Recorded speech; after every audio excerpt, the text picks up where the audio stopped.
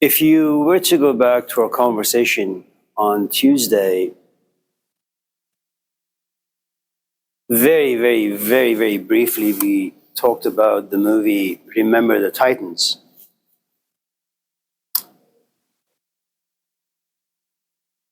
I don't know too much about, supposedly it's based on a real story.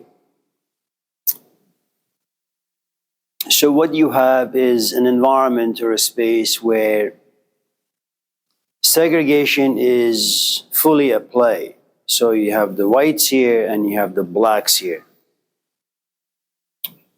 And I don't think the movie had any Middle Easterners or Asians in it.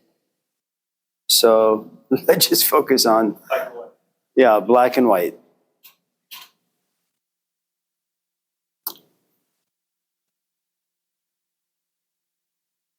So what you have is, and you guys don't need to know this, but I'll put it on the board, and it's really the wrong information to share, especially if you're not at a place where you can digest, because information is kind of like food. And if you're not able to digest information well like food, then it'll kind of just get stuck in your throat and it'll be difficult to breathe. And you may be constipated perhaps. So, most of the things we talk about in this class, you should just leave them in the class and then go home. Don't think about them. So let me very briefly just put on the board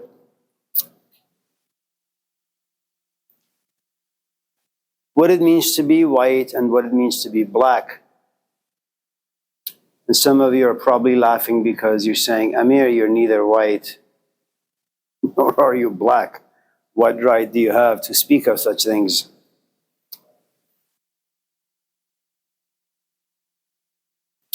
Regardless, I think as a piece of information, it's just good to know, but not to walk around it and just bang people on the head with this information.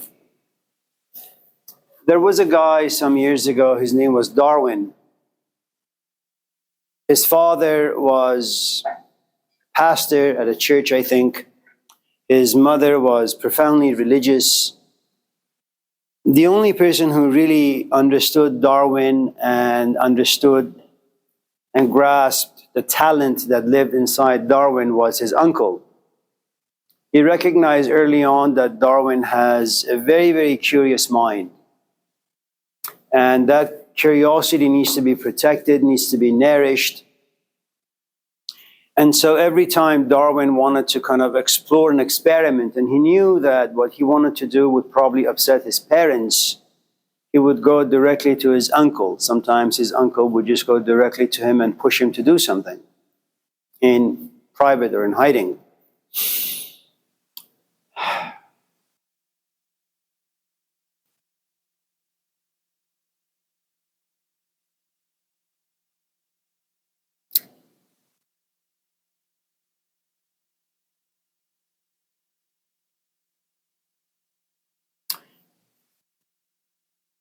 Darwin didn't really say that God didn't exist. He basically suggested that perhaps there is really no reason for the existence of God. You can believe in God. But he wasn't all that sure if God was, present.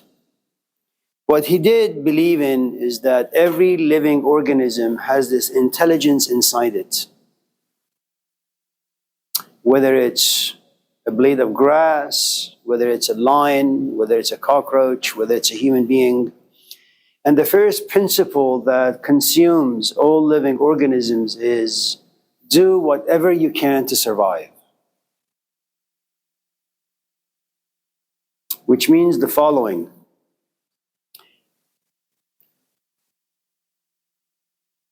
If you create certain conditions for a human being where he's not able to find food, He's not able to find a job because his organism demands survival. He will lie, he will cheat, he will steal. Some of you in this class have strong beliefs in regards to something. If I was to push you a little bit, ask you to reflect and examine, the truth is that belief system is a living organism inside you. It guides you, it tells you who you are, what you believe in, and you will fight back. It doesn't mean you know what you're talking about, but that belief system demands a survival inside you, like anything else in life.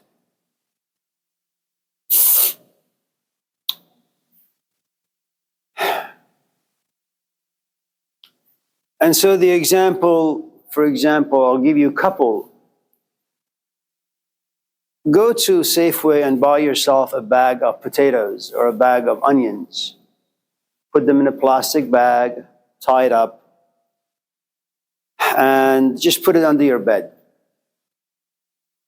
And what you'll discover after 2, 3, 4, 5 months is that your room is filled with flies. It smells funny.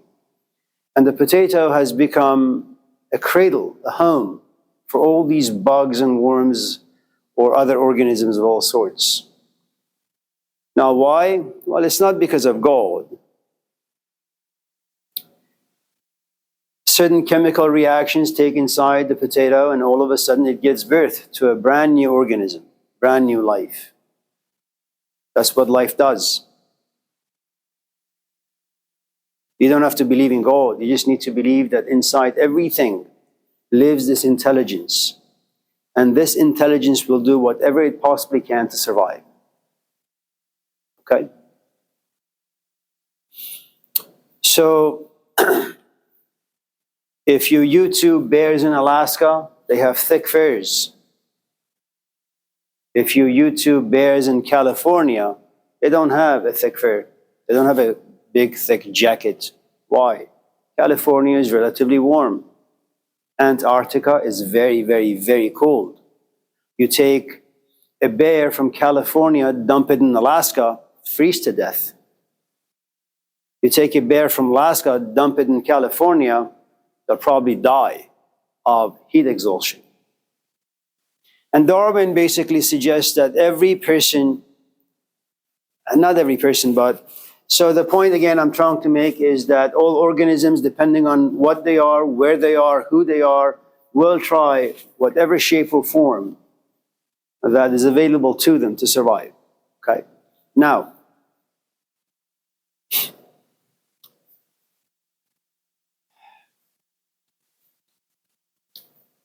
and social Darwinism means the following. Imagine today you decide that you want to go home and clean your room or clean your house. What are you going to do? You keep the things that you find useful and you get rid of the things that you think are to be useless. Go to your cell phone, click on the contact list. Go through all the friends whose number you have.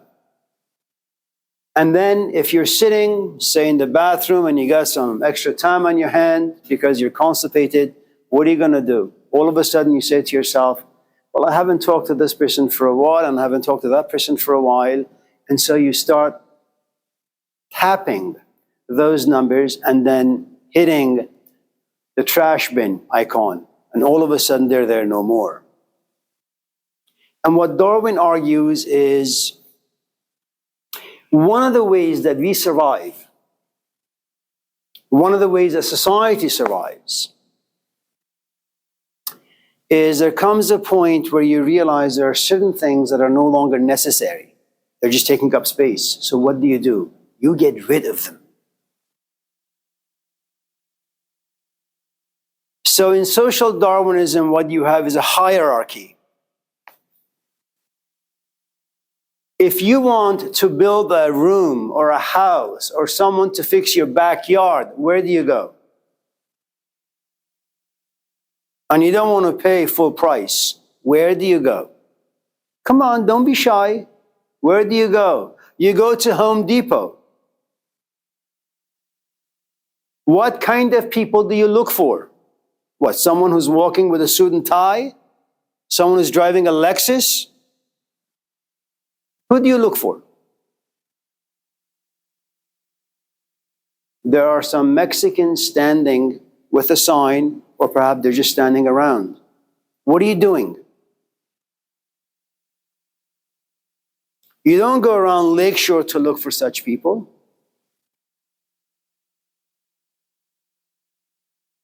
What have you done? Because you have a need. That need means, I want my backyard to be fixed. What do? You get rid of 90% of the world's population, or maybe just 90% of Oakland's population, and they just focus on a couple of areas. Home Depot San Leandro, Home Depot High Street, Home Depot Emeryville.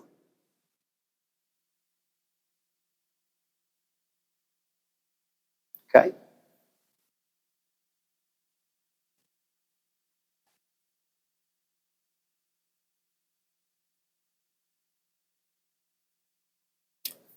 Who ultimately decides who is useful, who is not useful?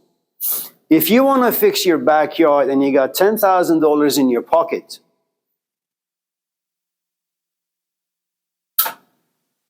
what are you going to do? You have the power. You make the decision. You have the power to give people jobs, and you have the power to remove someone from their job. Ultimately, the most powerful decides who lives and who dies. The most powerful decides who has freedom, who doesn't have freedom. The most powerful will ultimately decide with whom should you agree and who you must reject. Okay?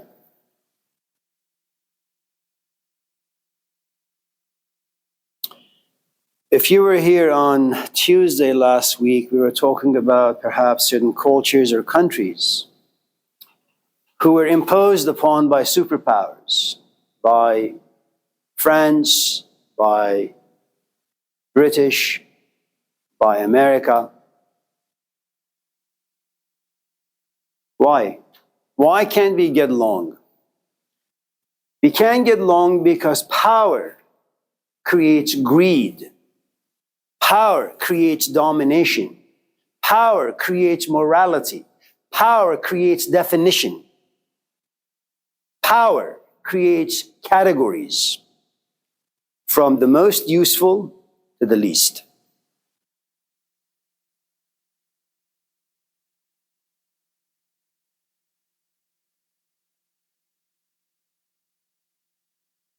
There came a point in human history where there was, in modern era, there have always been empires, the Roman Empire, the Greek Empire, Egyptian Empire, Persian Empire, that would go around dominating other people, okay? In the 18th, 19th century, the most powerful group of people who began dominating the entire world is what we call Caucasoids. Caucasoids are white people.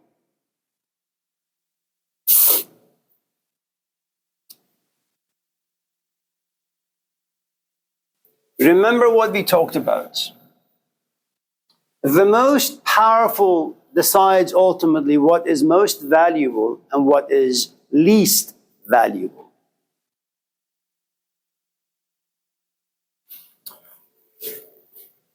Caucasoids gave themselves a certain definition, put themselves in a certain category.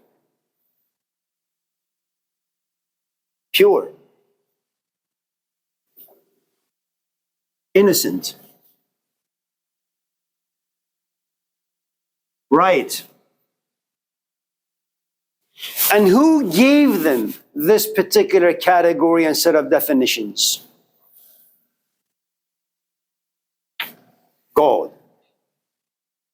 So when you read Genesis, and in that book it says that God creates man and woman, or Adam and Eve, what sort of a man and what sort of a woman does God create?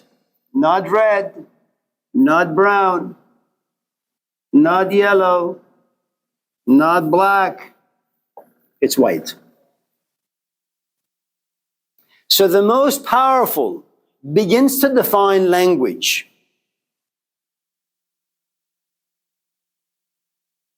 Okay?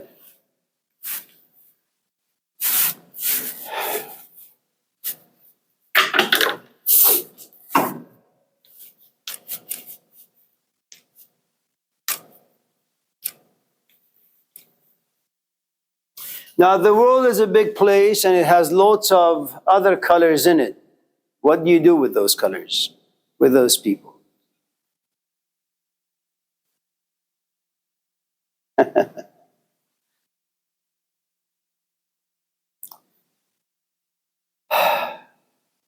You know, the truth is, when things look a little different to us, when we are confronted with something that we're not used to, accustomed to, it creates a sense of, we become uncomfortable with it. We don't know what to do with it. We don't know what to do with this new information because it doesn't fit the rest of our belief system or our lifestyle. So we'll try to avoid it. We'll try to push it out. For those of you who in this class who have seen the movie Little Dragon, it's a life story of Bruce Lee. It came out maybe 15, 20 years ago with Jason Lee Scott, I think. And there is a scene where this very attractive, I think her name is Lauren Hall, she's white, she takes this man to meet her mother. What the mother doesn't know is that Bruce Lee is Chinese. And you're talking about the 1950s and 60s. So this young woman takes this man home, and the mother looks at him and says, you know, you can't really marry my daughter. You know, we don't like yellow people. And he gets a little nervous. The daughter gets really, really angry.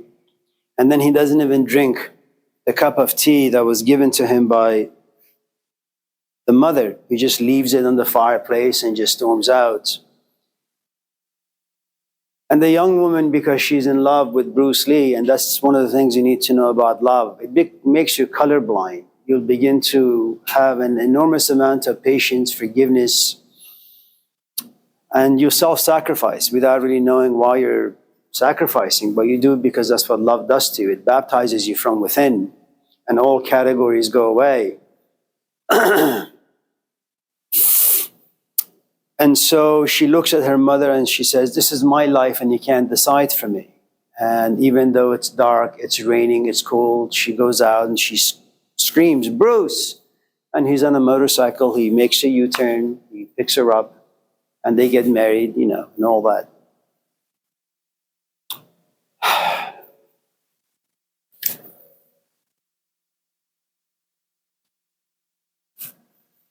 Now, the most important definition that this group of people give themselves is what we call civilized. Let me tell you what it means to be civilized. For those of you in this class who have dogs, you know that a dog who has been trained is a happy dog. When you civilize a dog, when you tell him to sit and he sits, when you tell him to come and he does, when you tell him to eat and he does, when you take him for a walk and he just walks side by side with you, that's a civilized dog. He listens to you. He obeys you. He's your companion. You speak the same language. He's not going to sit back and say, why are you telling me to sit? He will do as you say. That is the definition of civilized. You speak the same language. You believe in the same thing. Okay? But as I said, the world is a big place. Now, who's underneath?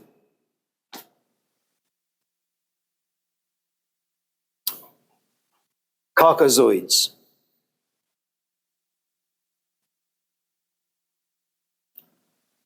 It's a category called M that stands for Mongoloids. Mongoloid, they are Indians from India,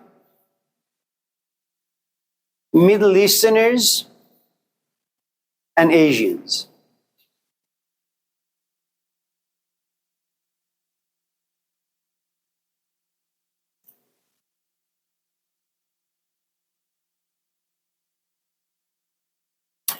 They are not pure. They are contaminated.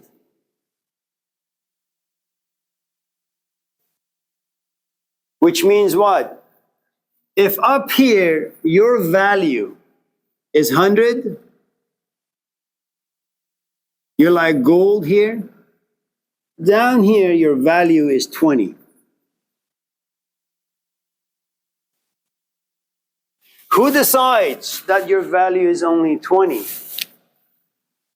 The most powerful. Is it fair? No. Is it right?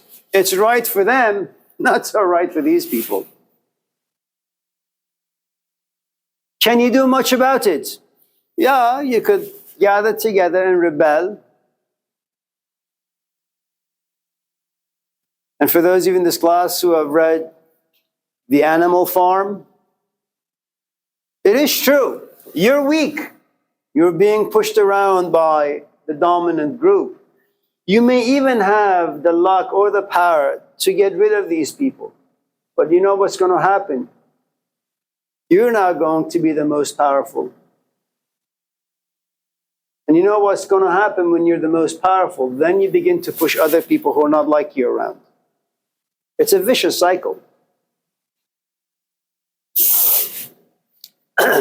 Now, every time someone from the lower category, the Mongoloid, does something, they get judged by the most powerful.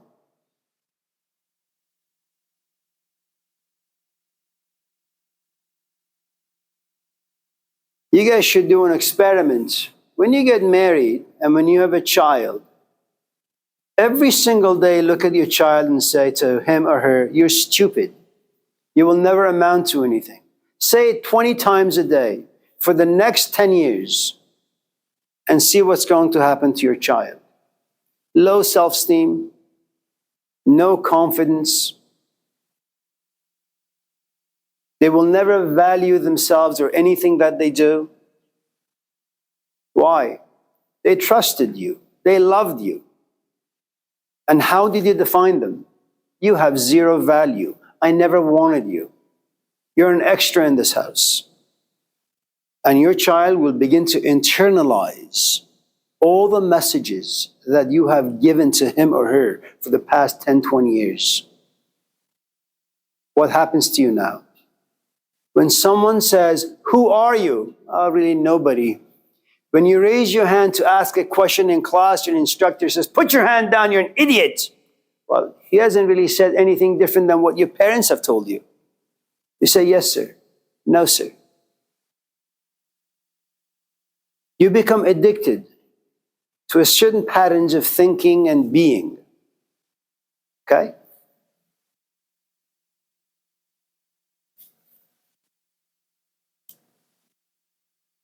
What do these people have to do to prove themselves worthy?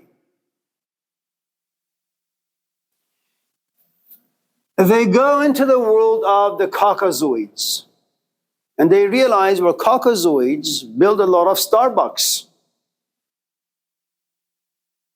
What does someone who is a Mongoloid, Indian, Middle Eastern, or Asian do so that their value could go up? You get a job at Starbucks.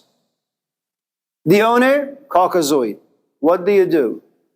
Well, initially your position is to empty the trash and wash the toilets.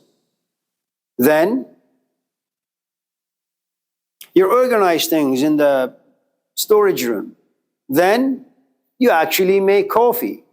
Then you become a manager. Then you become an owner.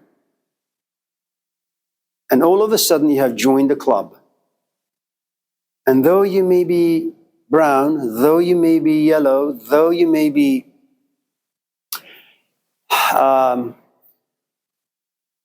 perhaps dark brown, Indian, on the outside, you look like me, brown. On the inside, you have adopted the language and the value of the Caucasoid world. Now remember, there is nothing wrong with adopting somebody else's ideas and ideals as long as they benefit you. But then you have to define, what does it mean to be benefited from appropriation, from adopting something that belongs to another, but you want to claim it as your own?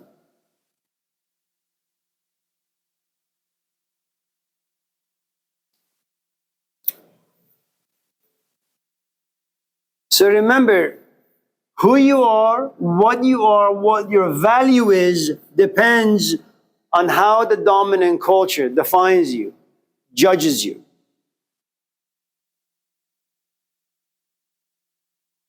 And if you have a student who's been beaten down by their parents, by an uncaring culture,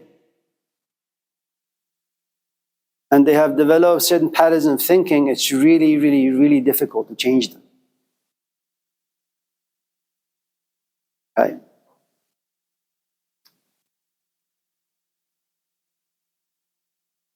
Now, if the Caucasoid considers him or herself as civilized, they have a different definition for the Mongoloids. They are called barbarians. What are barbarians good for?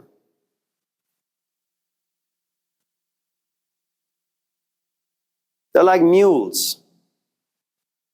If you don't want to kill them, put them to work. Where should they work? They work where Caucasoids live. They can plant trees. They can mow the lawn.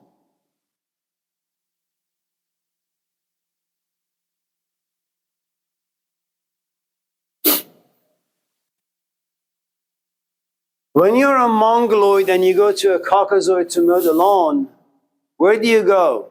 You go to their big house with 25 bedrooms. And all of a sudden, as a Mongoloid, something happens to you. You say, the definition of happiness is having a house that has 50 bedrooms, has a huge backyard, huge front yard. They begin to sell you happiness, purpose, goal, meaning, value.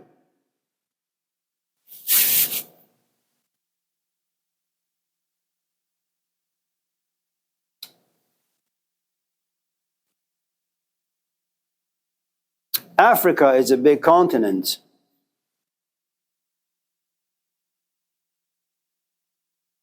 We've talked about the whites, we've talked about the browns, we've talked about the yellows.